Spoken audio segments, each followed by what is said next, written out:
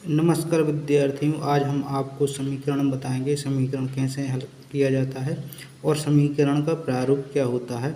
तो आपको इसमें समीकरण दिया गया है 2y बराबर 50 में। इसमें देखेंगे तो बायां पक्ष आपका 2y है, दायां पक्ष आपको 50 है, चर राशि है y और अचर राशि है इसमें 2 और 50। ये अचर राशियाँ हैं।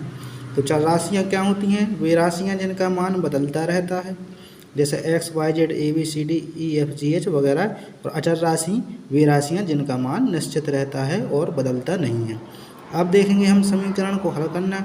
ये समीकरण का प्रारूप हो गया कि समीकरण में आपके बायां पक्ष दायां पक्ष होता है। बायां पक्ष क्या है? जो हमारे बाएं हाथ की तरफ जो पक्ष है उसका भाग है समीकरण का, वो बायां पक्ष होता है।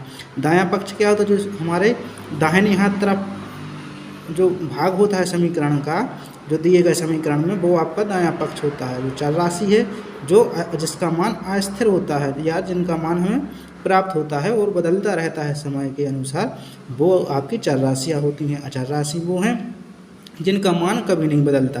अब हम समीकरण हल करेंगे तो यहाँ देखेंगे आपका जो समीकरण दिया है 5m धन 2 बराबर 17, इसको हल करना देखेंगे।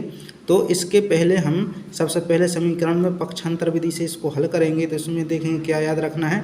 समीकरण में पक्षांतर में क्या करेंगे? यदि आपकी कोई राशि है, कोई संख्या है, वो आपके बाएं तरफ धन में है तो उसको पक्षांतर करेंगे, मतलब पक्ष को, उस संख्या को दूसरे पक्ष में ले जाना है, दूसरे भाग में ले जाना है, तो वो किस में हो जाएगी? ऋण में हो जाएगी।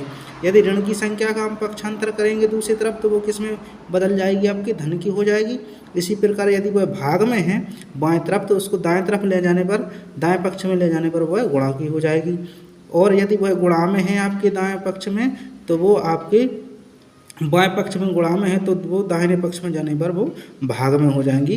तो ये पक्षांतर के नियम है, इसको हम लगाएंगे और हम समीकरण को हल करेंगे। तो हमारा जो समीकरण दिया है यहाँ देखेंगे 5m धन 2 बराबर 17 है। तो ये क्या हो जाएगा? 5m बराबर हो जाएगा 17 ऋण 2।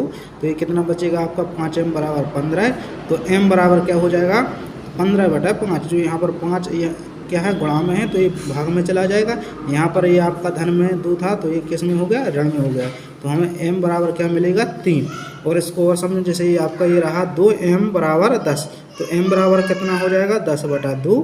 तो 2 से हम भाग कर देंगे 10 में, तो m बराबर हमें बचेगा कितना? 5। तो ये हो गया आपका समीकरण को हमने हल करना देखा कि समीकरण को कैसे हल करते हैं। तो ये हमें याद रखना है।